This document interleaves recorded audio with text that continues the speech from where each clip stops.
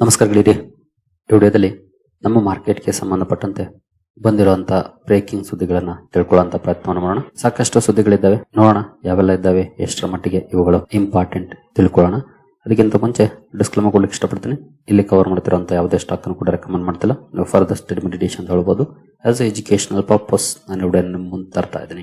ಮೊದಲಿಗೆ OPEC plus ಇಂದ ಒಂದು ಸುದ್ದಿ ಇದೆ. ನಿಮ್ಗೆಲ್ಲರಿಗೂ ಗೊತ್ತಿರಬಹುದು, ಇತ್ತೀಚೆಗೆ United Arab Emirates OPEC plus ಇಂದ ಆಚೆ ಹೋಗಿತ್ತು. ಆಕ್ಚುಲಿ ಅದು ಲಾಂಗ್ ಟರ್ಮ್ ಅಲ್ಲಿ ಭಾರತದಂತ ದೇಶಗಳಿಗೆ ಒಳ್ಳೆಯ ಸುದ್ದಿ ಅಂತಾನೆ ಹೇಳಲಾಗ್ತಿತ್ತು. ಈಗಲೂ ಕೂಡ ಒಳ್ಳೆಯ ಬೆಳವಣಿಗೆನೆ, ಯಾಕಂದ್ರೆ ಒಪೆಕ್ ಪ್ಲಸ್ ಆಗಾಗ ಒಂದಷ್ಟು ರೆಸ್ಟ್ರಿಕ್ಷನ್ಸ್ ಆಗ್ತಿರುತ್ತೆ. ಬಟ್ ಈಗ ಒಪೆಕ್ ಪ್ಲಸ್ ಮತ್ತೆ ಯಾಕೆ ಮುನ್ನೆಲೆಗೆ ಬಂದಿದೆ ಅಂತಂದ್ರೆ, ಒಪೆಕ್ ಪ್ಲಸ್ ನ ಮೀಟಿಂಗ್ ಇದೆ ಈ ವಾರದಲ್ಲಿ. ಮೀಟಿಂಗ್ ಅಲ್ಲಿ plans to raise oil quotas by 1,88,000 barrels per day. Oil ಸಮಸ್ಯೆಗಳೇನಾಗ್ತಿದೆ ಅದನ್ನ ಕಡಿಮೆ ಮಾಡ್ಲಿಕ್ಕೆ 1,88,000 ಬ್ಯಾರೆಲ್ಸ್ ಪರ್ ಡೇ ಜಾಸ್ತಿ ಮಾಡುವಂತ ಪ್ಲಾನ್ ಅನ್ನ ಮಾಡಬಹುದು ಅಂತ ಸುದ್ದಿಗಳು ಬರ್ತಾ ಇದೆ. ಇನ್ ಕೇಸ್ ಈ ರೀತಿ ಆದ್ರೆ ಅದು ಮಾರ್ಕೆಟ್ಸ್ಗೆ ಆಸ್ ಎ ಇನ್ವೆಸ್ಟರ್ಸ್ ನೋಡೋದಾದ್ರೆ ಖಂಡಿತ ಒಳ್ಳೆಯ ಬೆಳವಣಿಗೆ ಆಗುತ್ತೆ. ಬಟ್ ಇಲ್ಲಿ ಸಮಸ್ಯೆ ಆಗ್ತಾ ಇರೋದು ಉತ್ಪಾದನೆಗಿಂತ ಸಪ್ಲೈ ಚೈನ್ ಅಲ್ಲಿ. ಸ್ಟ್ರೈಟ್ ಆಫ್ ಹಾರ್ಮುಜ್ ಅಲ್ಲಿ ಡಿಸ್ರಪ್ಷನ್ಸ್ ಇರೋದ್ರಿಂದ ಸಪ್ಲೈ ಚೈನ್ ಮೇಲೆ ಇಂಪ್ಯಾಕ್ಟ್ ಆಗ್ತಿದೆ. ಹಾಗಾಗಿ ಇದನ್ನ ಹೇಗೆ ರಿರೂಟ್ ಮಾಡ್ತಾರೋ ಗೊತ್ತಿಲ್ಲ. But 1,88,000 barrels per day production ಅನ್ನ ಜಾಸ್ತಿ ಮಾಡಬಹುದು ಅಂತ ಹೇಳಲಾಗ್ತಿದೆ ಈ ಮೀಟಿಂಗ್ ಇಂದ. ಬಟ್ ಅದು ಇಮಿಡಿಯೇಟ್ಲಿ ಆಗೋದಿಲ್ಲ, ಅದಕ್ಕೆ ಒಂದಷ್ಟು ಕಾಲಾವಕಾಶ ಇರುತ್ತೆ. ಇನ್ ಕೇಸ್ ಈ ರೀತಿ ಬೆಳವಣಿಗೆಗಳಾದ್ರೆ ಅದು ಒಳ್ಳೆಯ ಬೆಳವಣಿಗೆನೇ ಆಗುತ್ತೆ ಆಸ್ ಎ ಇನ್ವೆಸ್ಟರ್ಸ್ ನೋಡಿದಾಗ. ಬಟ್ ನೋಡೋಣ ಅದನ್ನ ಹೊರತುಪಡಿಸಿ ಏನೆಲ್ಲ ಡೆವಲಪ್ಮೆಂಟ್ಸ್ ಆಗುತ್ತೆ ಅಂತ. ಎಲ್ಲೂ ಕೂಡ ನೋಡಬಹುದು, UAE exit OPEC plus May Boost output independently. May be UAE ಇವರ ಈ ಲಿಮಿಟೇಷನ್ಸ್ ಏನಿದೆ ಅದನ್ನ ಮೀರಿ ಪ್ರೊಡಕ್ಷನ್ ಅನ್ನ ಮಾಡಬಹುದು, ಆ ಅವಕಾಶ ಇದ್ದೇ ಇರುತ್ತೆ ಒಪೆಕ್ ಪ್ಲಸ್ ಇಂದ ಆಚೆ ಬಂದಿರೋದ್ರಿಂದ. ಇನ್ನು ನೆಕ್ಸ್ಟ್ ಸುದ್ದಿಗೆ ನಾವು ಬರೋದಾದ್ರೆ, ಭಾರತದಲ್ಲಿ LPG ಪ್ರೈಸಸ್ ರೈಸ್ ಆಗಿದೆ. ಡೊಮೆಸ್ಟಿಕ್ LPG ಪ್ರೈಸಸ್ ಅಂದ್ರೆ ಎಷ್ಟು ದಿನ ಕಮರ್ಷಿಯಲ್ LPG ಪ್ರೈಸಸ್ ಅನ್ನ ಜಾಸ್ತಿ ಮಾಡಿತ್ತು ಸರ್ಕಾರ.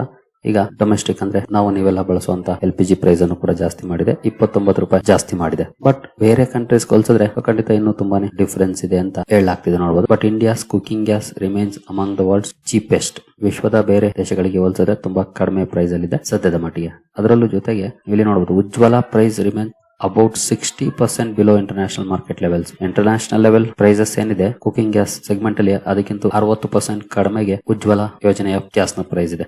ಇನ್ನು ಬೇರೆ ನಾನ್ PMUY ಅಂದ್ರೆ ಉಜ್ವಲ ಯೋಜನೆ ಅಂಡರ್ ಬರದೇ ಇರುವಂತವ್ರು ಏನಿದ್ದಾರೆ ಅವರು 45% ಕಡಿಮೆ ಪೇ ಮಾಡ್ತಿದ್ದಾರೆ ಅಂತ ಹೇಳ್ತಿದ್ದಾರೆ.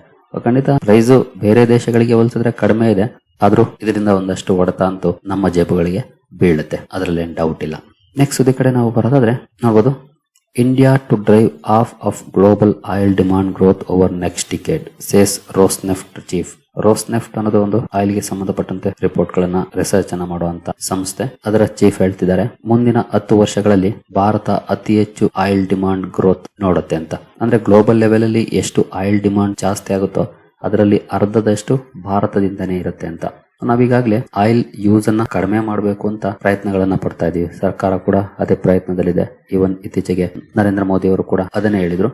ಬಟ್ ಇಲ್ಲಿ ಅದೇ ಅಂತ ಅಲ್ಲ, ಅಂದ್ರೆ ಅವ್ರು ಹೇಳಿದ್ದೆ ಎಸ್ಪೆಷಲಿ ಟ್ರಾನ್ಸ್ಪೋರ್ಟೇಷನ್ ವಿಚಾರದಲ್ಲಿ, ಟ್ರಾನ್ಸ್ಪೋರ್ಟ್ ಗೆ ಬಳಸುವಂತದ್ದು. ಬಟ್ ಇಲ್ಲಿ ಬೇರೆ ಬೇರೆ ಸೆಗ್ಮೆಂಟ್ ಅಲ್ಲಿ ಡಿಮಾಂಡ್ ಇರುತ್ತೆ. ಇಂಡಸ್ಟ್ರಿಯಲ್ ಸೆಗ್ಮೆಂಟ್ ಅಲ್ಲಿ ಡಿಮಾಂಡ್ ಇರುತ್ತೆ. ಇನ್ ಕೇಸ್ ಮ್ಯಾನುಫ್ಯಾಕ್ಚರಿಂಗ್ ಹಬ್ ಆಗ್ಬೇಕು ಭಾರತ ಅಂದ್ರೆ ಅಬ್ವಿಯಸ್ಲಿ ಆಯಿಲ್ ಡಿಮಾಂಡ್ ಜಾಸ್ತಿ ಆಗುತ್ತೆ. ಬಟ್ ಅದರಿಂದ ಅಡ್ವಾಂಟೇಜಸ್ ಕೂಡ ಇರುತ್ತೆ. ಈಗ ಚೈನಾ ಯಾಕೆ ಅತಿ ಹೆಚ್ಚು ಆಯಿಲ್ ಇಂಪೋರ್ಟ್ ಮಾಡ್ಕೊಳ್ತಿದೆ ಅಂದ್ರೆ ಮ್ಯಾನುಫ್ಯಾಕ್ಚರಿಂಗ್ ಹಬ್ ಆಗ್ಬಿಟ್ಟಿದೆ. ಹಾಗಾಗಿ ಆ ನಿಟ್ಟಿನಲ್ಲಿ ಏನಾದ್ರು ಕೆಲಸಗಳು ಸ್ಟಾರ್ಟ್ ಆದ್ರೆ ಅವಶ್ಯಕತೆ ಇನ್ನೂ ಜಾಸ್ತಿನೇ ಬೀಳುತ್ತೆ. ಬಟ್ ಅದು ಬೇರೆ ರೀತಿಯಾಗಿ ದೇಶಕ್ಕೆ ಕಾಂಟ್ರಿಬ್ಯೂಷನ್ ಮಾಡುತ್ತೆ, ಅದು ಒಳ್ಳೆಯ ಬೆಳವಣಿಗೆನೆ ಆಗಿರುತ್ತೆ. ಸೊ ನೋಡೋಣ ಈ ರೀತಿ ಡೆವಲಪ್ಮೆಂಟ್ಸ್ ಆಗುತ್ತಾ ಅಂತ. ಇನ್ನು ಪ್ರೈವೇಟ್ ಇನ್ವೆಸ್ಟ್ಮೆಂಟ್ ಗೆ ಸಂಬಂಧಪಟ್ಟಂತೆ ಒಂದು ಸುದ್ದಿ ಇದೆ ನೋಡಬಹುದು.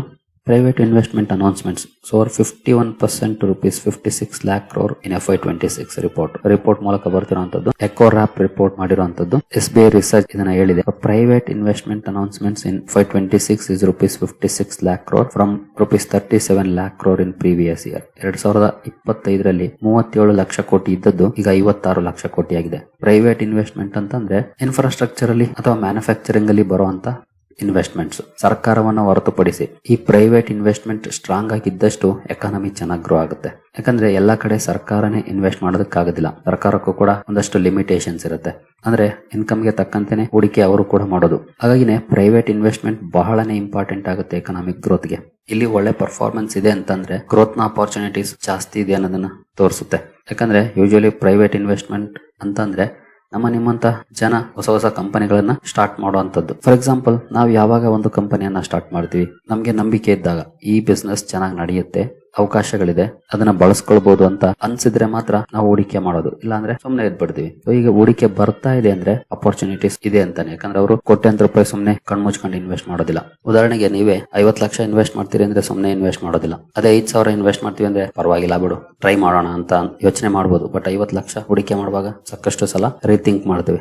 ಪ್ರೈವೇಟ್ ಇನ್ವೆಸ್ಟ್ಮೆಂಟ್ ಚೆನ್ನಾಗಿದೆ ಅಂದಷ್ಟು ಅಪರ್ಚುನಿಟೀಸ್ ಚೆನ್ನಾಗಿರುತ್ತೆ. ಒಳ್ಳೆಯ ಬೆಳವಣಿಗೆನೆ ಕಳೆದ ವರ್ಷಕ್ಕೆ ಹೋಲಿಸಿದ್ರೆ 51% ಗ್ರೋ ಆಗಿದೆ. ಇನ್ನು ಎಐ ಗೆ ಸಂಬಂಧಪಟ್ಟಂತೆ ಒಂದು ಸುದ್ದಿ ಇದೆ ನೋಡಬಹುದು. AI is replacing workers faster Dhan ever in 2026. ಅಂದ್ರೆ 2024-25ರಲ್ಲಿ ಎಐ ಗೆ ಸಂಬಂಧಪಟ್ಟಂತೆ ಏನು ಲೇ ಆಫ್ಸ್ ಆಗಿತ್ತು, ಅಂದ್ರೆ ಕೆಲಸವನ್ನ ಕಳ್ಕೊಂಡಿದ್ರು ಜನ, ಆ 2 ವರ್ಷಗಳನ್ನ ಕಂಬೈನ್ ಮಾಡಿದ್ರೆ ಎಷ್ಟು ಜನರ ಲೇ ಆಫ್ ಆಗಿತ್ತು 2026ರಲ್ಲಿ ಅದಕ್ಕಿಂತ ಜಾಸ್ತಿ ಈಗಾಗಲೇ ಆಗಿದೆ. ಇನ್ನು ನಾವು 2026ರ ಮಧ್ಯದಲ್ಲಿದ್ದೀವಿ. ಈಗಾಗಲೇ 2024-25ರಲ್ಲಿ ಎಷ್ಟು ಜನ ಲೇ ಆಫ್ ಆಗಿತ್ತು ಅದಕ್ಕಿಂತ ಜಾಸ್ತಿ ಈ ವರ್ಷದಲ್ಲಿ ಆಗಿದೆ. 2 ವರ್ಷಗಳನ್ನ ಸೇರಿಸಿದ್ರೆ ಕೂಡ ಜಾಸ್ತಿ ಆಗಿದೆ ಅದಕ್ಕಿಂತ. ಇದು ಖಂಡಿತ ಅಂತ ಒಳ್ಳೆಯ ಬೆಳವಣಿಗೆ ಅಲ್ಲ. ನೀವೇನಾದ್ರೂ ಜಾಬ್ ಹುಡುಕ್ತಿದ್ದೀರಿ ಅಂದ್ರೆ ಖಂಡಿತ ನೀವು ಎಐ ರೀಪ್ಲೇಸ್ ಮಾಡಕ್ ಆಗದಿರೋ ಅಂತ ಸ್ಕಿಲ್ ಅನ್ನ ಗಳಿಸ್ಕೊಳ್ಬೇಕಾಗುತ್ತೆ. ನಾನು ಆಲ್ಮೋಸ್ಟ್ 2024-25ರಲ್ಲಿ ಒಂದು ವಿಡಿಯೋನ ಕವರ್ ಮಾಡಿದ್ದೆ ನಮ್ಮ SMK ಗೆಳೆಯರ ಬಳಗದಲ್ಲಿ. ನೀವು ಸರ್ವೈವ್ ಆಗ್ಬೇಕು ಅಂದ್ರೆ ಎಐ ರೀಪ್ಲೇಸ್ ಮಾಡಕ್ ಆಗದಿರೋ ಅಂತ ಜಾಬ್ ಅನ್ನ ಮಾಡಬೇಕಾಗುತ್ತೆ, ಅಥವಾ ಎಐ ನ ಬೀಟ್ ಮಾಡುವಂತ ಸ್ಕಿಲ್ ಅನ್ನ ಡೆವಲಪ್ ಮಾಡ್ಕೊಳ್ಬೇಕಾಗುತ್ತೆ ಅಂತ. ಈಗ ಅದು ಬಹಳನೇ ಇಂಪಾರ್ಟೆನ್ಸ್ ಅನ್ನು ಪಡ್ಕೊಳ್ತಾ ಇದೆ. ಅದರಲ್ಲೂ ಟೆಕ್ನಾಲಜಿ ಸೆಕ್ಟರ್ ಅಲ್ಲಿ ದೊಡ್ಡ ಮಟ್ಟದ ಲೇ ಆಫ್ಸ್ ಆಗಿದೆ. ಎಲ್ಲೂ ಅವಕಾಶಗಳಿದೆ, ಯಾಕಂದ್ರೆ ಟೆಕ್ನಾಲಜಿ ಗ್ರೋ ಆಗ್ತಿದೆ. ಎಐ ಕೂಡ ಒಂದು ಟೆಕ್. ಅದನ್ನ ಬೀಟ್ ಮಾಡುವಂತ ಸ್ಕಿಲ್ ಸೆಟ್ ಕೆಲಸ ಹುಡುಕುವಂತವ್ರಿಗೆ ಅಥವಾ ಕೆಲಸ ಮಾಡುವಂತವ್ರಿಗೆ ಇರಬೇಕಾಗುತ್ತೆ. ಆಗ ಮಾತ್ರ ನಾವು ಸರ್ವೈವ್ ಆಗ್ಲಿಕ್ಕೆ ಸಾಧ್ಯ ಆಗೋದು ಈ ಎಐ ಯುಗದಲ್ಲಿ. ನೆಕ್ಸ್ಟ್ ಎಐ ಗೆ ಸಂಬಂಧಪಟ್ಟಂತೆ ಏನು ಸುದ್ದಿ ಇದೆ ನೋಡಬಹುದು. ₹100 crore AI center to lead India's hunt for hidden mineral wealth. Geological survey of India ಸುಮಾರು 100 ಕೋಟಿಯನ್ನ ಹೂಡಿಕೆ ಮಾಡಿ data processing and interpretation and integration centre ಅನ್ನ ಬೆಂಗಳೂರಲ್ಲಿ ಸ್ಟಾರ್ಟ್ ಮಾಡ್ತಾ ಇದೆ. ಸೊ ನಮ್ಮ ಬೆಂಗಳೂರಲ್ಲಿ ಇದು ಶುರುವಾಗ್ತಿದೆ. ಏನು ಮುಂದುವರಿಯೋ ಮುಂಚೆ ನಿಮ್ಗೆ ಏನಾದ್ರು ಹೂಡಿಕೆಗೆ ಸಂಬಂಧಪಟ್ಟಂತೆ ಸಪೋರ್ಟ್ ಬೇಕು ಅಂದ್ರೆ ಇಲ್ಲಿರುವಂತಹ ನಂಬರ್ಗಳ ಮೂಲಕ ನಮ್ಮ ಟೀಮ್ ನ ಕಾಂಟ್ಯಾಕ್ಟ್ ಮಾಡಬಹುದು. ಬಟ್ ಇಲ್ಲಿ ಸರ್ವಿಸಸ್ ಅಥವಾ ಸಪೋರ್ಟ್ ಸಿಗಬೇಕು ಅಂದ್ರೆ ಕಂಡೀಷನ್ ಇರುತ್ತೆ. ನೀವು ನಮ್ಮ ಮೂಲಕ ಅಕೌಂಟ್ ಅನ್ನು ಓಪನ್ ಮಾಡ್ಕೊಂಡಿರ್ಬೇಕಾಗುತ್ತೆ.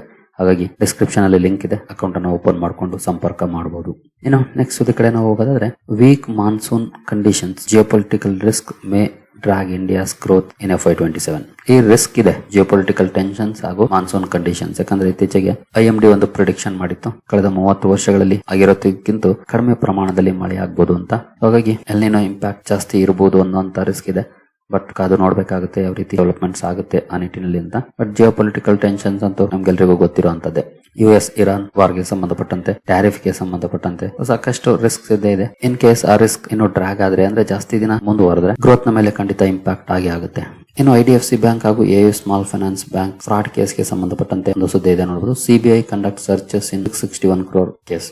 661 ಕೋಟಿ ಫ್ರಾಡ್ ಕೇಸ್ ಏನಾಗಿತ್ತು IDFC ಫಸ್ಟ್ ಬ್ಯಾಂಕ್ ಅಲ್ಲಿ. ಇದಕ್ಕೆ ಸಂಬಂಧಪಟ್ಟಂತೆ CBI ಸರ್ಚ್ ಆಪರೇಷನ್ಸ್ ಕಂಡಕ್ಟ್ ಮಾಡಿದೆ. ನಾಳೆ ಈ 2 ಸ್ಟಾಕ್ ಗಳನ್ನ ವಾಚ್ ಮಾಡಬೇಕಾಗುತ್ತೆ, ಯಾವ ರೀತಿ ಇಂಪ್ಯಾಕ್ಟ್ ಇರುತ್ತೆ ಸ್ಟಾಕ್ ಅಲ್ಲಿ ಅಂತ. ಏನು ಟಾಟಾ ಸ್ಟೀಲ್ ಇಂದ ಒಂದು ಅಪ್ಡೇಟ್ ಬಂದಿದೆ. UK plants low emission project facing delays in securing electricity access. Electricity access ಸಿಗದೆ ಇರೋದ್ರಿಂದ ಲೋ ಎಮಿಷನ್ ಪ್ರಾಜೆಕ್ಟ್ ಏನಿದೆ ಅದು ಡಿಲೇ ಆಗ್ತಿದೆ ಅಂತ ಟಾಟಾ ಸ್ಟೀಲ್ ಹೇಳಿದೆ. UK ಪ್ಲಾಂಟ್ ಇದು ಭಾರತದಲ್ಲ, ಯುನೈಟೆಡ್ ಕಿಂಗ್ಡಮ್ ಅಲ್ಲಿರುವಂತದ್ದು. ನಂತರ Zepto set to file updated DRHP early next week. Kick off IPO road shows. ಮುಂದಿನ ವಾರದಲ್ಲಿ ಅಪ್ಡೇಟೆಡ್ DRHP ಅನ್ನ Zepto ಫೈಲ್ ಮಾಡ್ತಿದೆ ಅಂತ ಸುದ್ದಿ ಬಂದಿದೆ. ಇನ್ನು ಅದಾನಿ ಎಂಟರ್ಪ್ರೈಸಸ್ ಅಲ್ಲಿ ಸುಮಾರು 5,750 ಕೋಟಿ ಮೊತ್ತದ ಬ್ಲಾಕ್ ಡೀಲ್ಸ್ ಆಗಿದೆ. GQG ಪಾರ್ಟ್ನರ್ಸ್ ಹತ್ರ ಇದ್ದಂತ ಸ್ಟೇಕ್ ಅನ್ನ SBI ಮ್ಯೂಚುವಲ್ ಫಂಡ್ ತಗೊಂಡಿರೋ ಬಗ್ಗೆ ಸುದ್ದಿ ಬಂದಿದೆ. ನೋಡೋಣ ಈ ಸುದ್ದಿ ಏನಾದ್ರೂ ಸ್ಟಾಕ್ ಗಳಲ್ಲಿ ಇಂಪ್ಯಾಕ್ಟ್ ಮಾಡುತ್ತಾ ಅಂತ. ಇನ್ನು LIC ಕೂಡ ಮಾರುತಿ ಸುಜುಕಿಯಲ್ಲಿ ಒಂದಷ್ಟು ಹೂಡಿಕೆಯನ್ನ ಮಾಡಿದೆ. ಸುಮಾರು 68 ಕೋಟಿ ಮೊತ್ತದ ಷೇರುಗಳನ್ನ ತಗೊಂಡಿದೆ. ಈಗ 5% ಗಿಂತ ಜಾಸ್ತಿ ಸ್ಟೇಕ್ ಇದೆ ಮಾರುತಿ ಸುಜುಕಿಯಲ್ಲಿ LIC ಇದು. ಸರಿಗಳಿರಿ, ಈ ಎಲ್ಲ ಅಪ್ಡೇಟ್ಸ್ ನಿಮಗೆ ಇಷ್ಟ ಆಗಿದೆ ಅನ್ಕೊಳ್ತೀನಿ. ಹಾಗೆ ಡಿಸ್ಕ್ರಿಪ್ಷನ್ ಅಲ್ಲಿ ಅಕೌಂಟ್ ಅನ್ನು ಓಪನ್ ಮಾಡ್ಕೊಳ್ಳುವಂತ ಲಿಂಕ್ ಇದೆ, ಅಕೌಂಟ್ ಅನ್ನು ಓಪನ್ ಮಾಡ್ಕೊಳ್ಬಹುದು. ಹಾಗೆ ನೀವೇನಾದ್ರೂ ಇಲ್ಲಿವರೆಗೂ ನಮ್ಮ ಇನ್ಸ್ಟಾಗ್ರಾಮ್ ಹಾಗೂ ಫೇಸ್ಬುಕ್ ಅಕೌಂಟ್ ಗಳನ್ನ ಫಾಲೋ ಮಾಡ್ತಿಲ್ಲ ಅಂದ್ರೆ ಜಸ್ಟ್ ಇಲ್ಲಿ ಮೋರ್ ಮೇಲೆ ಕ್ಲಿಕ್ ಮಾಡಿದ್ರೆ ನಿಮಗೆ ಲಿಂಕ್ ಗಳು ಸಿಗುತ್ತೆ, ಕೆಳಗಡೆ ನೋಡಬಹುದು, ಇಲ್ಲಿದಾವೆ. ಇವುಗಳನ್ನು ಕೂಡ ಫಾಲೋ ಮಾಡಿ. ಇನ್ ಕೇಸ್ ಯೂಟ್ಯೂಬ್ ಅಲ್ಲಿ ಏನಾದ್ರೂ ವಿಡಿಯೋಗಳನ್ನ ಹಾಕ್ಲಿಕ್ಕೆ ಸಮಸ್ಯೆಗಳಾದ್ರೆ ನಿಮ್ಗೆ ಇನ್ಸ್ಟಾಗ್ರಾಮ್ ಅಥವಾ ಫೇಸ್ಬುಕ್ ಅಲ್ಲಿ ಅಪ್ಡೇಟ್ ಗಳು ಸಿಗುತ್ತೆ. ಹಾಗೆ ವಾಟ್ಸ್ಆಪ್ ಚಾನಲ್ ಅನ್ನು ಕೂಡ ಜಾಯ್ನ್ ಆಗಬಹುದು, ಲಿಂಕ್ ಇಲ್ಲೇ ಇದೆ. ಸರಿಗಳಿರಿ, ಮುಂದಿನ ವಿಡಿಯೋದಲ್ಲಿ ಸಿಗೋಣ. ಅಲ್ಲಿವರೆಗೂ ಜೈ ಹಿಂದ್, ಜೈ ಕರ್ನಾಟಕ.